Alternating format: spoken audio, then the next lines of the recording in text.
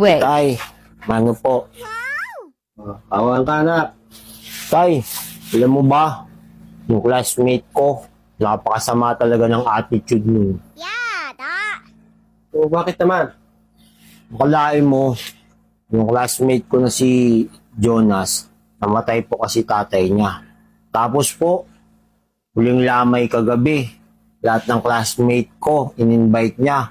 Ako, hindi man lang niya ako in-invite. Sus, ito namang bata. Para yun lang. Ano naman ang sinabi mo sa classmate mo? Sabi ko sa kanya, makakaganti rin ako sa'yo. Pag namatay yung papa ko, hindi rin kita i-invite. Bulbul ka talaga, Teryo. Halika dito. Lulumpuin kitang bata ka.